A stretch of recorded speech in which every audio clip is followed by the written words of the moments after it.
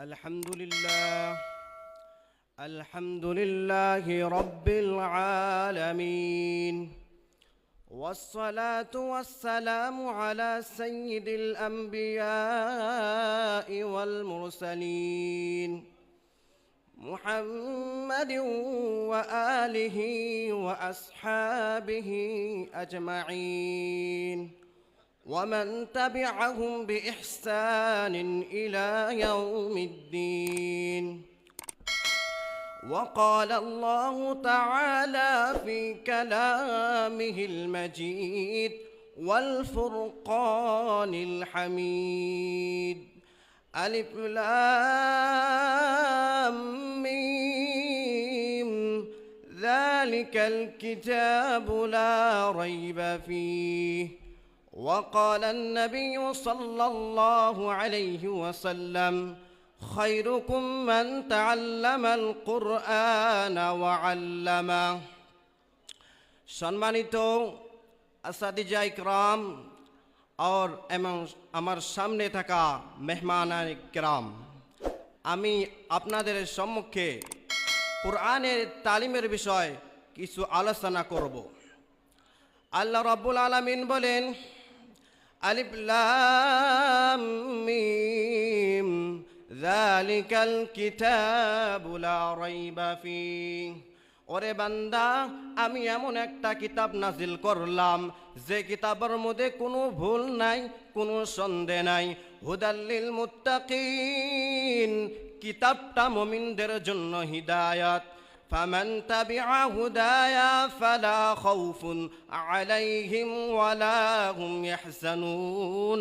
যারা এই হিদায়তের অনুযায়ী চলবা, যারা কোরআনের হুকুম অনুযায়ী চলবা। কোরআন বলে ইত্তাকুল্লাহ, আল্লাহকে ভয় পাও, জিনা ছেড়ে দাও, ঘুষ ছেড়ে দাও, সুদ ছেড়ে দাও, নামাজ পড়ো, রোজা রাখো।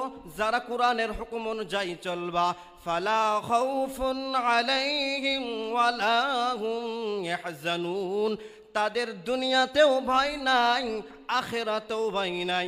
ওরে আল্লাহর বান্দা, আল্লাহ এমন একটা কিতাব নাজিল করলেন যে কিতাবটা পড়লেও সওয়াব, শুনলেও সওয়াব। যে পড়ে তারও আল্লাহ মর্যাদা বাড়িয়ে দেয়, যে শিখে তারও মর্যাদা বাড়িয়ে দেয়, যে শেখায় তারও মর্যাদা বাড়িয়ে দেয়। ওরে আল্লাহর বান্দা, আল্লাহ এমন একটা কিতাব নাজিল করলেন যে কিতাবটা শোনার জন্য বেদিন ও পাগল ছিলেন। নবীজি তিলাওয়াত করতেন, আবু জেহেল, আবু হিসান কাফিরের বড় বড় লিডার ছিলেন, আড়াল থেকে সারাটা রাত জাগ্রত হয়ে কোরআন শুনতেন। ও আল্লাহর বান্দা, একটা বেদিন হইয়া যদি কোরআন শুনতে পারে, আমি তুমি মুসলমান হইয়া কেন কোরআন শুনতে পারি না?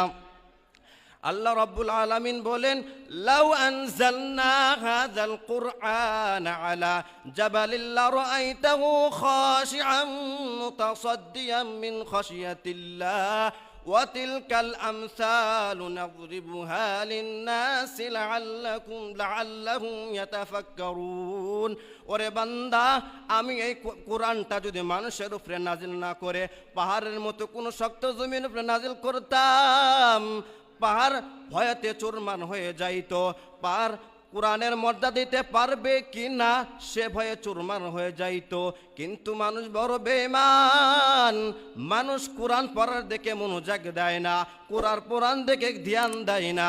ও আল্লাহর বান্দা, যাওয়ার সময় নবী বলে গেলেন: ও উম্মতের দল, আমি তোদের জন্য দুইটা জিনিস ছেড়ে গেলাম। যারা আঁকড়ায়া ধরবে তারা কোনোদিন পথহারা হবে না, জাহান্নামী হবে না, দুনিয়ার কোনো ঝড় তুফান তাদেরকে ক্ষতি করতে পারবে না। নাম্বার 1 কোরআন, নাম্বার 2 আমি নবীর সুন্নাত। ওরে আল্লাহর বান্দা, সন্তান রে ইংরাজি পড়াইলা, ডাক্তার বানাইলা, ইঞ্জিনিয়ার বানাইলা, এমন শিক্ষা দিলা সন্তানটা কালেমাও জানে না, সন্তানটা কোরআন পড়তে পারে না। বাবা দুনিয়া থেকে চলে গেল, বাবার জন্য কোরআন পড়ে একটু দোয়া করবে তাও পারে না। ওরে আল্লাহর বান্দা, সন্তানটা ভাড়াটি লোকসানা দোয়া করতে পারে না। ও আল্লাহর বান্দা, মাথায় হাতটা দিয়ে চিন্তা করে দেখ, সন্তান বাবার মায়া যতটুক চোখের পানি ফেলাইবে, ওই ভাড়াটি লোকজন কোন চোখের পানি ফেলাইবে না। সন্তান বাবার জন্য যতটুক কাঁদবে, ওই ভাড়াটি লোকজনে কাঁদবে না।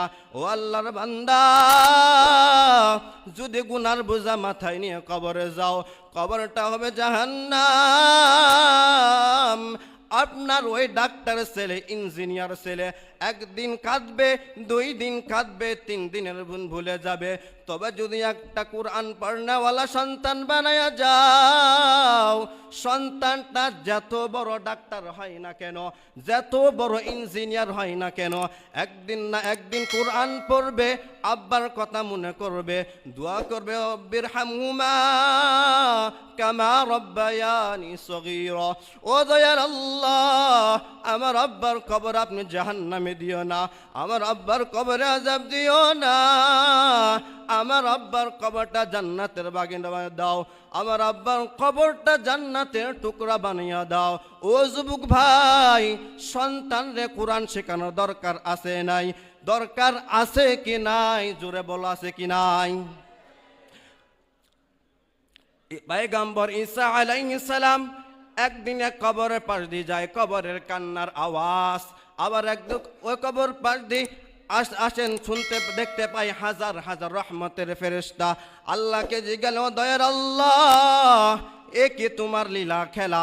যাওয়ার সময় শুনতে পাই কান্নার আওয়াজ, আসতে দেখতে পাই রহমতের ফেরেশতা। আল্লাহ গায়বী আওয়াজ দিও, পয়গম্বর, আমার বান্দাটা বড় গুনাহগার, গুনার বুঝানি কবরে এসেছিল, কবরে প্রচন্ড আযাব ছিল, কিন্তু সন্তানটার একটা বান্দাটার একটা সন্তান ছিল, সন্তানটার বয়স মাত্র 4 বছর হয়ে গেল। মায়ের সন্তানটাকে মুক্তবে পাঠাইয়া দিলেন, মুক্তবে হুজুর পড়াইলেন, আউযু বিল্লাহি মিনাশ শাইতানির রাজিম, বিসমিল্লাহির রহমানির রহিম। আমার বান্দা বলে, আমি আল্লাহ নাকি মেহেরবান, আমি আল্লাহর ছয়া দয়া কারো নাই। আমার বান্দা বলে, আমার চেয়ে দরকার নাই। আমি আল্লাহ শরম আসলেন, আমার বান্দা আমার প্রশংসা করেন, আমি আল্লাহ নাকি মেহেরবান, আমি আল্লাহর চেয়ে দরকার নাই। আমি আল্লাহ ওই বাবার কবর আযাব দেই, আমি আল্লাহ ওই বাবার কবর আযাব মাফ করে দিলাম। ও যুবক ভাই, কোরআন তান্নে কোরআন শেখানো দরকার আছে কি নাই? আছে কি নাই? কোরআন শিখাও ছেলে মেয়েকে, ও হে মুসলমান, কোরআন শিখাও ছেলে মেয়েকে, ও হে মুসলমান, জান কবজের সময়তে পাবে রে আসান। একটি ছেলে কোরআন শিখলে পড়বে কোরআন মরণ কালে, কোরআন পড়ে দোয়া করবে, মাফ করো রহমান, জান কবজের সময়তে পাবে রে আসান। ওই আব্বা আম্মা বড় ভাগ্যবান, যিনি সন্তানরে কোরআন শিখাইলেন, তিনি সন্তানরে দিনের শিক্ষা দিলেন। কিয়ামতের ময়দানে আল্লাহ রব্বুল আলামিন ওই আব্বা আম্মাকে সূর্যর চেয়ে উজ্জ্বলতা তাজ পরাই দিবেন। ওই আম্মা আব্বার কপালটা বড় খারাপ, যিনি সন্তানরে দিনের শিক্ষা দিতে পারলেন না, কোরআন শিক্ষা দিতে পারলেন না। কিয়ামতের ময়দানে আল্লাহ বান্দার ডাকবেন, ওরে বান্দা নামাজ পড়ছনি না? আল্লাহ পড়ি নাই। আরে বান্দা রোজা রাখছস নি? না আল্লাহ রাখি নাই। কেন রাখলি না?